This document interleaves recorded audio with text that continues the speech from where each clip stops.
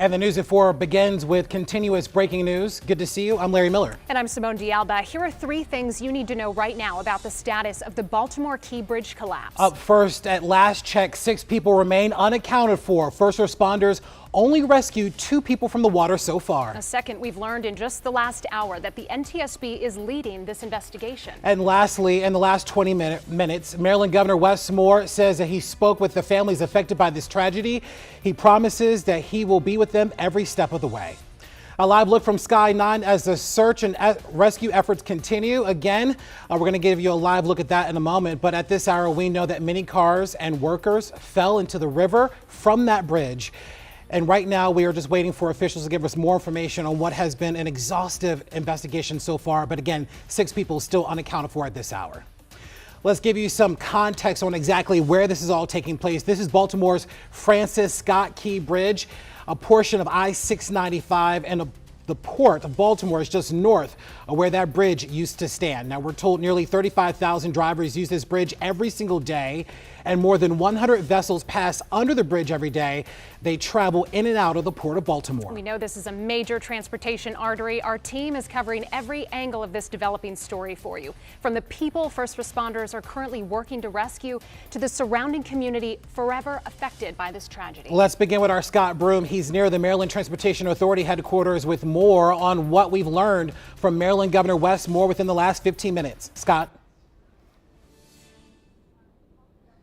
Yeah, let's get to the governor in just a moment, as well as some of the people we've been speaking to so impacted, and summarize what happened here. This was a nearly 1,000-foot long container ship that, for some reason, at 1:30 in the morning, sent out a distress call.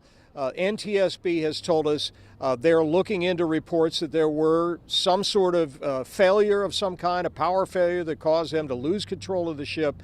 The ship slams into the Francis Scott Key Bridge, and the bridge collapses as if it was some kind of Lego toy. Just a stunning event overnight. We also know that there were work crews on the bridge that were doing routine maintenance of the concrete, and there may, underline may, because there has not been an accounting of this, there may have been some motorists also crossing the bridge at the same time, notwithstanding that when that Mayday call went out, police on both ends of the bridge apparently took action, according to Governor Wes Moore, who talked today more about the impact on the families that have been affected by this, perhaps the lost construction workers. We know 2 were rescued, and of course, all the folks in Baltimore and people who work at the port. Here's some of what the governor had to say. We've also had the chance to spend time with a lot of our first responders who we mentioned before. The work that they have done since early in the morning, and they have not stopped since, is truly remarkable. These are individuals who in the middle of the night jumped into some very challenging environments, some very challenging territories, and have not stopped in their quest to making sure that each and every person is seen and supported and lifted up.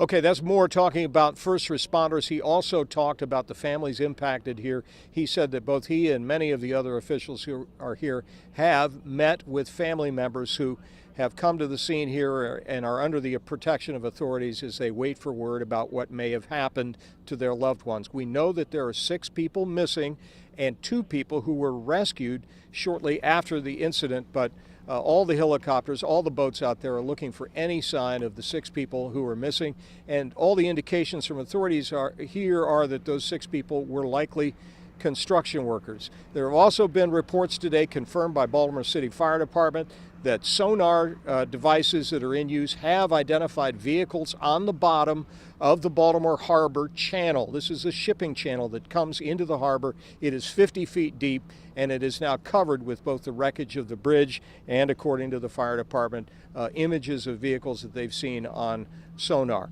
A little bit about the investigation. The NTSB's director was here. She spoke with us. She told us it is far too early to draw any conclusions about what happened. But importantly, she said there are data recorders on large ships called a voyage recorder. and that federal authorities very much are going to want to look at that recorder to try to determine what may have led to this. She said that it is an international crew on board, that federal authorities have not gone on board the ship yet because their focus right now is the immediate aftermath and the search, rescue, and perhaps recovery operations for the people authorities here believe went into the water. An incredible day in Baltimore with a bridge that Pete Buttigieg, the transportation secretary, just called a cathedral of infrastructure in the country. And it certainly is here in Baltimore. It's an iconic structure that was on the horizon here. And as you look at the skyline there, it is gone. Reporting live from the Key Bridge in Baltimore, Scott Broom, WUSA. And we heard people you spoke with earlier say that skyline is now forever changed. Scott, thank you.